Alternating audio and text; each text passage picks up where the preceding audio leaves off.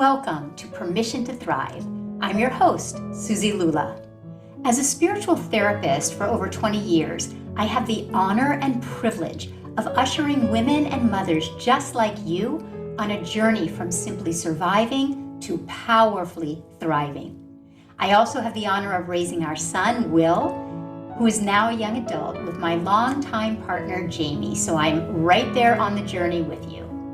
Consider this your personal sanctuary, your space to meet your heart, embrace your messy, and come home to your most authentic, extraordinary self.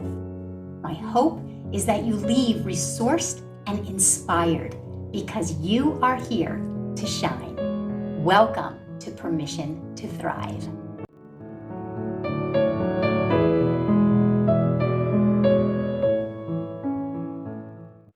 Hi everyone, I'm Suzi Lula and I'm so happy to be with you here today for this episode of Permission to Thrive called Pick Up Your Broom and Sweep. So this episode is near and dear to my heart. I'm going to be playing a recent talk that I gave at the Agape International Spiritual Center, which is also near and dear to my heart. I work very closely with Michael Bernard Beckwith. Many of you know back from the movie The Secret. He is one of the preeminent wisdom teachers on the planet today, and I had the honor and the privilege of speaking there to kick off Women's History Month and really the divine feminine energy that lives within each and all of us, whether we are masculine, feminine, male, female, fluid, trans. There is a feminine energy which has been suppressed over the generations. And this episode will really hopefully ignite you and inspire you to tune in and tap into that feminine energy within you. Recognize why it is so important for you to understand it so that you can best and most effectively utilize it in your life, and how to ignite your own life from a place of rest and restoration and being resourced and relaxed. The other reason that this episode is near and dear to me is because so many of you that I've been speaking with, from my clients to students, those in my life, are really moving through transitions right now. And this divine feminine energy and knowing what it is that we can do and the place of spaciousness that we can do it from can make all the difference in your world, depending on what situations, circumstances, relationship challenges, and issues that you might be moving through. So when I say pick up your broom and sweep, the point is, you'll see in this episode, I share a very intimate story, a personal story around myself and getting to know Michael Beckwith. But the point of pick up your broom and sweep is to find those actions that you can do, the smallest action from your most relaxed place. And I outline it throughout this episode of how you can tune in and tap in to those smallest steps from a place of being resourced that will give you the most exponential expansion in your life. So sit back, relax, receive, and enjoy.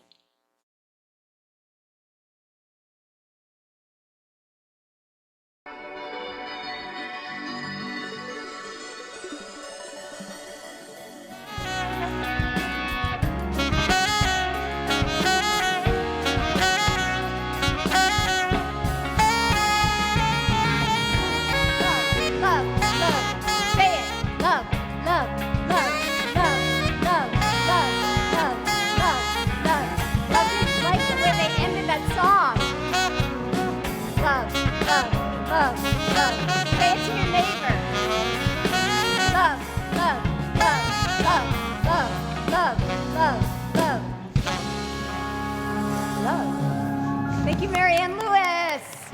Thank you, House Band. Thank you, Dr. Jamie Lula, or Dr. Lovey, as he is called in our home. So you can also refer to him as Dr. Lovey. Thank you, thank you. What an amazing way to enter into these teachings. Love is my religion.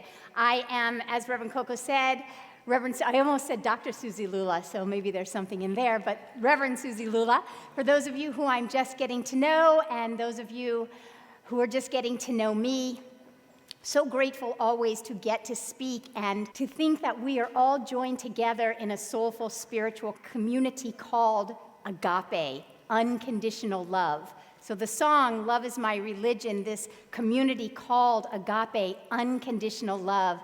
There is nowhere that I would rather be, and there is no better name that is reflective of what this community is all about. So welcome, welcome, welcome, whether it is your first time or your first time again today. Agape love, unconditional love is yours to receive. And as you have heard, we are honoring and celebrating Women's History Month this month. So grateful to be part of getting to honor women who have, up until now, perhaps largely gone unnoticed in our culture. These amazing women that Reverend Michael referenced in the reading, and so many more. Contributions that have enriched and bettered our culture. And today, in particular, we are highlighting, we are celebrating, we are practicing the qualities of the feminine energy. The feminine energy is within each of us. Whether you identify as male, female, trans, fluid, within each being, we house masculine energy and we house feminine energy. And we are here to express healthy masculine energy and healthy feminine energy. And the feminine energy, some of you may have noticed, has been a bit suppressed, shall we say, on planet Earth.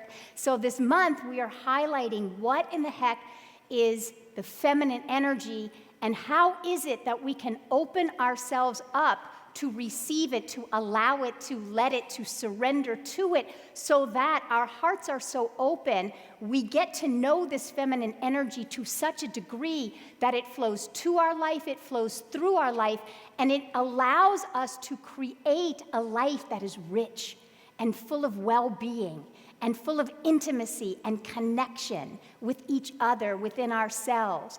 A life that is rich and full of joy and inspiration and creativity and abundance and prosperity. Are you here for this journey? Are you with me on this journey? Yes?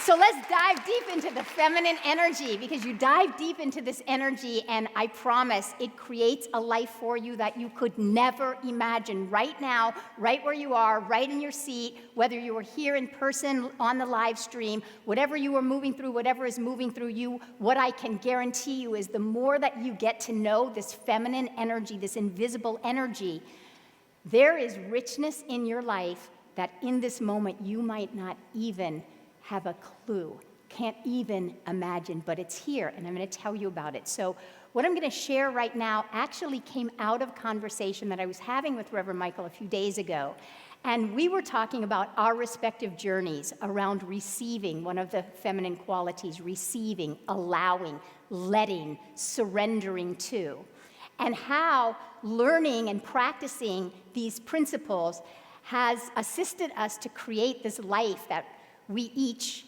individually and collectively share, a life of service, a life of purpose, a life that we each consider to be full of well-being and wealth and richness and the qualities I was referencing, connection, intimacy, joy, creativity, and being that instrument that is of the light wherever we go. And I was sharing with him that, yes, I live in this life. Now, when I first moved to LA, I was not necessarily in that consciousness. I would say that the weekend I moved to LA was the weekend of the uprising after the Rodney King incident, for those of you who were either here, remember it, know of it. And I was actually heartbroken to move into a city that was experiencing such devastation. And at the same time, I was in a consciousness, and the word that comes to me that I remember so much was insignificant.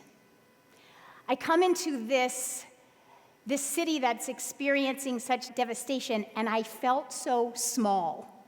I felt not enough. I was asking, like, what could I possibly do to even make a dent in this situation? So I'm wondering, as I'm sharing with you, am I the only one that's ever felt insignificant? Have any of you ever felt insignificant, not enough? Feeling like I understand these teachings of abundance, and yet and still I'm feeling a little bit lacking, a little bit in scarcity. So if you've ever experienced this, hang with me. See where this is going, okay? So I'm feeling insignificant. That's the feeling that I'm having. And as I moved into, true story, a moment of meditation, I asked myself, well, what can I do? What could I possibly do? What is mine to do today? And immediately upon asking that question, I immediately heard an answer, and it said, you got a broom, you can sweep, girl.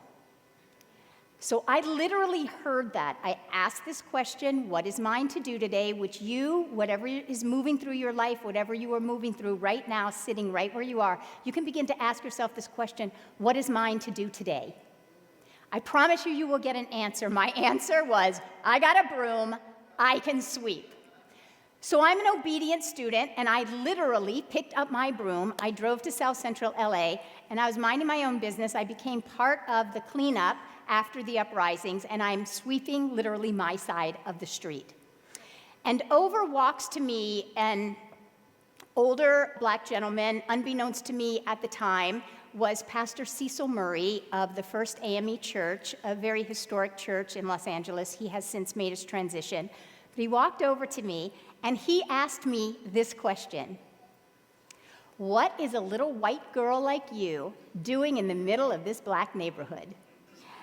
And we began a conversation. I was sharing with him how I got there. We began a conversation. First thing he did was school me, because I, in fact, called the uprising a riot, and he began to school me that it was an uprising against injustice that the black community has been experiencing for decades and generations before. And we got into this conversation about how the media misportrays the black community and many marginalized communities. Yes, maybe you have noticed on the media, and or lack thereof. And he was sharing with me, true story, for instance, he said, the day before, what actually happened was that the leaders of the two largest gang factions in Los Angeles had come together. The leaders of the Crips, the leaders of the Bloods had come together and actually called a truce, called for peace. And there was actually peace happening because of these two gang factions that came together, but the media wasn't reporting on that. Are you surprised? This was many years ago.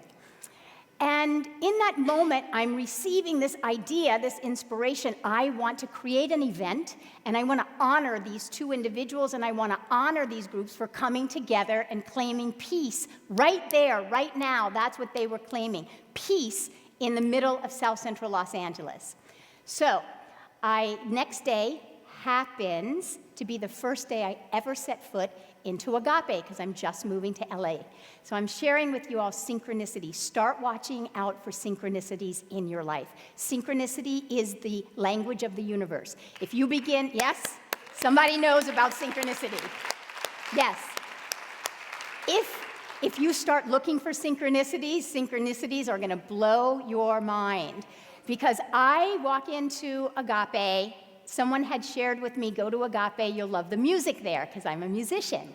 And so I'm sitting there after this experience the day before, and I hear Michael Bernard Beckwith speaking. And I see him speaking at this event. And I see the choir singing at this event.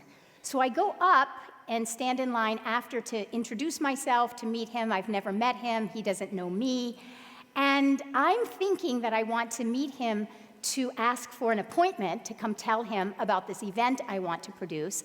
And we're talking after, and he says, well, what is this event? Tell me about it. And so I share with him what I just shared with you. And he stops in that moment. I remember it like it was yesterday.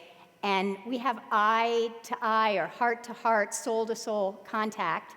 And in true Michael Bernard Beckwith form, he says, I'll speak at that event. So I didn't even need a meeting, because in this quantum field, this invisible field, as I just heard, you have a broom, you go sweep, already was a yes.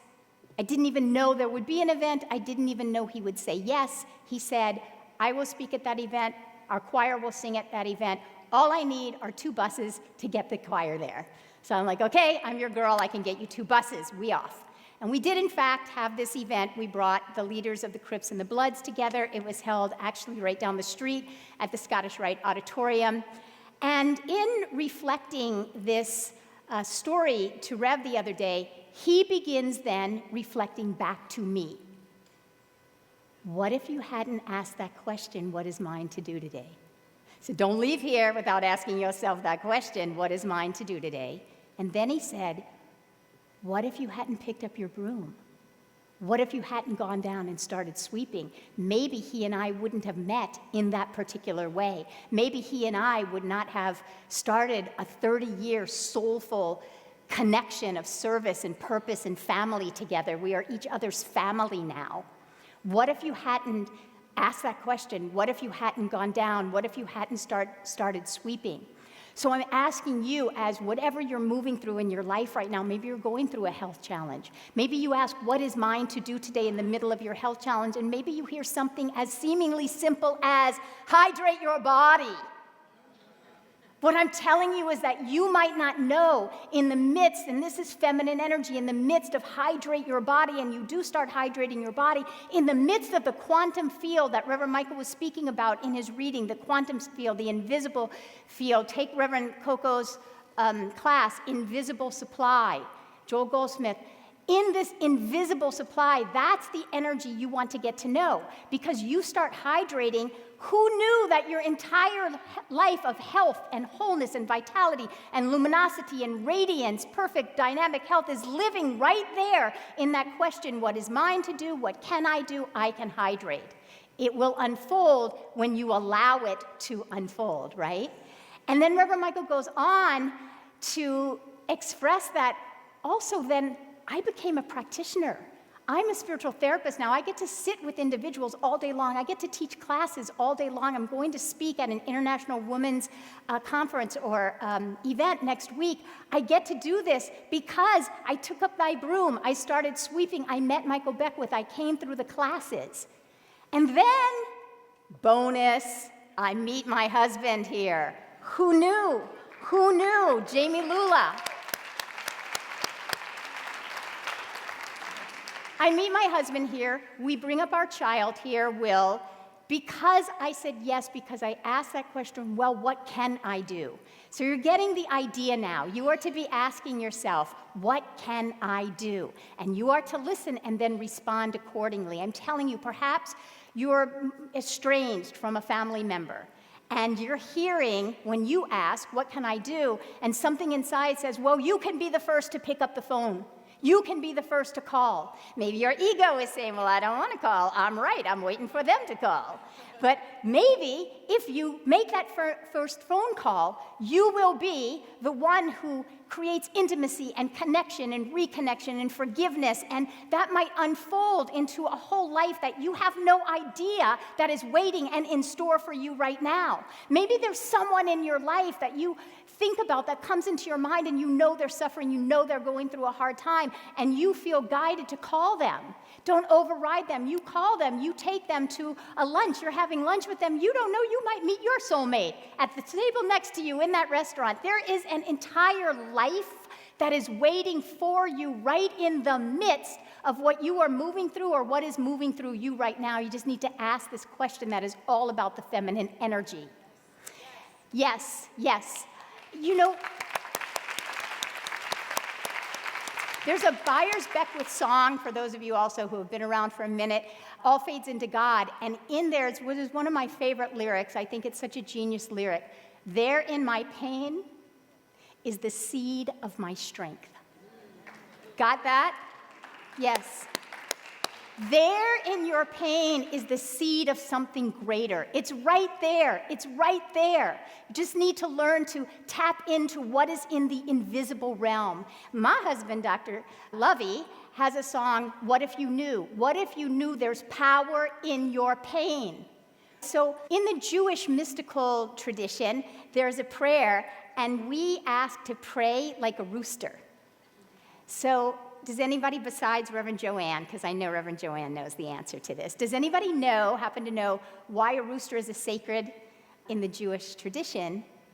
Because, I always wanted to know this myself, because the rooster is the animal that's lived through the darkest part of the night, and yet is the animal that is the announcer of the light, the announcer of the dawn. So we need some announcers of the light. We need some announcers of daybreak, of light break, of dawn in our culture right now. Yes? Yes. Thank you. You might have noticed, world's a little dark, could use some light. Bringers of the light, announcers of the light. So here's what I want you to know about the rooster. The rooster is the bringer of the light. The rooster is not railing against the darkness that it has just moved through. This is very important. Why? Because when we complain, when we move into fear around any darkness that is going on in your own individual life or in our collective culture right now, it places you at the level of the darkness. But what does Albert Einstein tell us? Albert Einstein, scientist, says, we will never solve the problem at the level of consciousness that created the problem. So, certain powers that be might want you to be looking at the darkness that's happening all around you. We're not here to deny anything. We're not here to bypass anything. However, we are not going to meet that darkness at the level of the darkness. Why? Yes, you can, Reverend Carlton is clapping on that. I'm not going to meet the darkness at the level of that vibration. No, I'm going to be like a rooster. I am going to be the announcer of the light. Why? Because we are here to be the bringers of the light to our own life first. Yes, we are here to be the bringers of the light to our own life first. And then we are to be the announcers, the bringers of the light to our communities, marginalized communities, communities that haven't been given a voice, communities that haven't been given some of the entitlement that I've been given just because of the color of my skin. So we are here not to rail against the dark. We are not here to go into fear, doubt, and worry, because that would be right where they would like us to be. No, we're going to be like the rooster. We're going to be for something and against nothing. Those two leaders of the gangs in Los Angeles, in the midst of what was happening, they were beacons of peace. They called a truce. They were beacons of peace, and they deserve to be seen. Does that make sense to everybody? Yes. In my conversation with Michael Beckwith after we got off the phone that day, he sent me a YouTube video, which all of you, I just implore you, probably know it already, but it's worth a rewatch. He sent me a YouTube video of Dr. Martin Luther King. Dr. Martin Luther King speaking, I think it was to middle and high schoolers, on the theme of the blueprint of your life. The blueprint of your life. And in it, he says, if your lot in life is to be a street sweeper, pun intended, you are to sweep that street like Michelangelo painted the Sistine Chapel. So if we are here to be the bringers of the light, both to our own life and also to the life of those in our community and on planet Earth, we need to do it like Michelangelo painted the Sistine Chapel. We don't want to be doing it out of fear and againstness. We want to do it like an artist. We want to do it like John Lennon could see and he could imagine peace. He could imagine no more countries. Like that is why Dr. Martin Luther King could say, I have a dream, and it still lights us up now, decades later, because it's truth and it's resonating with the place inside of you right now that knows that there is a quantum field, there is an invisible field, there is a spiritual field. You don't see it with your eyes when you look around what's on planet Earth. You don't hear it with your ears when you listen to what the media is telling you. It's an invisible energy. It's a feminine energy, and it's invisible for a reason, because the vibration is so high. It's vibrating at a level that is higher than the level of what you see. So when you learn to tap into it and you realize, gosh, right there in the middle of my health challenge, my financial challenge, my challenge with my child, my boss, my spouse, right there is this infinite field, this invisible presence that all it needs from you is to tune in, to tap in, to get to know it and receive from it, to be that instrument that is open and available and obedient and surrender to it and allow it to flow to you and through you, and then bring that light into every relationship and area of your life where you go. Yes? All right. So, again, as you may have noticed, there's a little bit of cleaning up that I think we all need to do on planet Earth. Yes?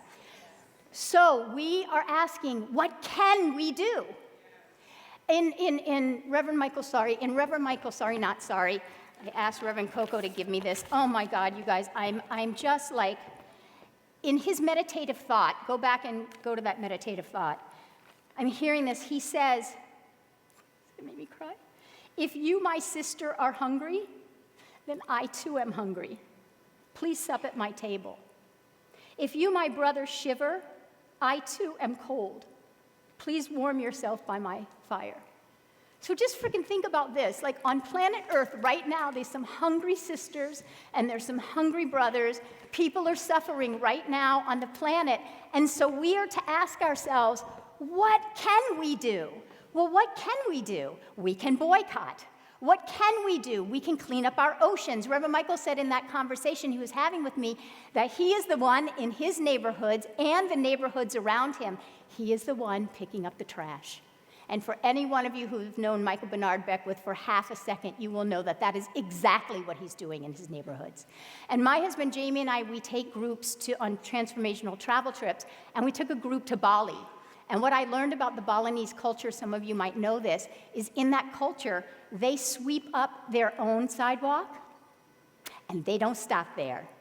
They sweep up the sidewalk of the house to the right and the sidewalk to the neighbor to the left. They take care of each other, like Reverend Michael is saying. So here's my question to us. We have some sweeping to do collectively. Agape, yes? What can we do? We can boycott. We can clean up some oceans. We can take a stand. Is there anybody here who's ready to take a stand for any marginalized community that you know of? If a little white girl can take a stand for injustice in the black community, anybody can do it, right? Any one of you thinking about the political system right now, what can we do? We can go home. We can call a congressman. We can call a senator. We can vote differently. We got to vote. We got a collective vote. We got to use it. We're not against nothing, but look what we're for. This is what we're for. This is what we're for. This is the energy that we're for. Is there anybody in here right now, when you think about an innocent child dying in Palestine right now, or an innocent child dying in Israel or the Ukraine or Africa, is there any one of you who is like, no, I see peace? Who sees peace? I see peace. I see peace. Take a stand for his peace. Speak out for peace. Peace is in this invisible realm right now. There may be a war going on this physical, dense world, but peace exists. Let's not be fooled. Peace exists right now. You just need to learn to tune in and tap into it and be the instrument that allows it to come through you. Let's say this together. I'll say it, you say it. Peace exists right now. Peace exists right now. Peace exists right now. Peace exists right now. I am for peace. I am for peace. Excellent. What we know is that we're being called to pick up our collective brooms, and we're going to start sweeping agape. Peace and love.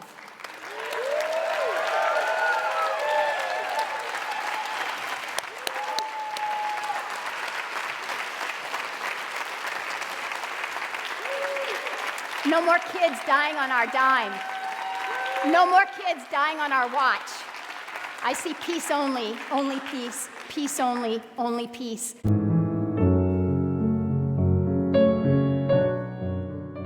Thank you so much for listening. If there was something in this conversation that spoke to you, we'd so appreciate it if you would take the time to subscribe, leave a 5-star review, and share this episode with women and mothers you know, because you are here to thrive. See you next time.